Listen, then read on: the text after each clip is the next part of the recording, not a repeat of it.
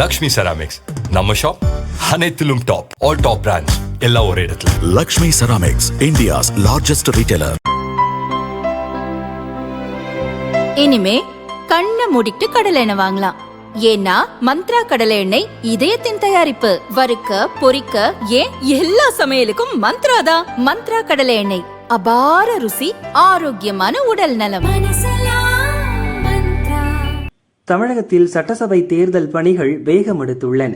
April 23ஆம் தேதி ஒரே கட்டமாக ஓட்டுப்பதிவு நடக்கவிருக்கிறது. நாட்கள் வெகு குறைவுதான் என்பதால் தேர்தல் பணிகளை அனைத்து கட்சிகளும் மும்முரப்படுத்தியுள்ளன. அந்த வகையில் அதிமுக தமது தேர்தல் பணிகளை மற்ற கட்சிகளை காட்டிலும் வேகப்படுத்தி வருகிறது. அக்கட்சியின் பொதுச் செயலாளர் EPS ஆரம்பத்திலேயே 3 கட்டங்களாக தேர்தல் அறிக்கையை வெளியிட்டார்.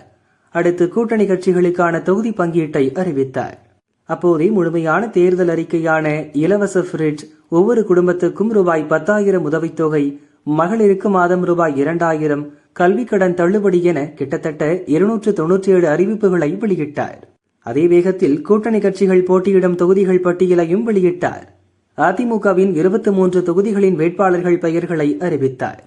தேர்தல் அறிக்கை, வேட்பாளர்கள் பட்டியல், கூட்டணி கட்சிகளுக்கான தொகுதிகள், இதற்கிடையே தமது தேர்தல் பிரச்சார திட்டம் என படு ஸ்பீடாய் சென்று கொண்டிருக்கும் EPS மயிலாப்பூரில் தேர்தலுக்கான தமது முதல் பிரச்சாரத்தையும் தொடங்கிவிட்டார்.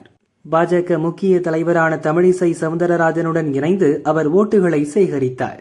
ஆளும் கட்சியான திமுக இன்னமும் கூட்டணி கட்சிகளுக்கான தொகுதிகளை அடையாளம் காணாமல் உள்ளது.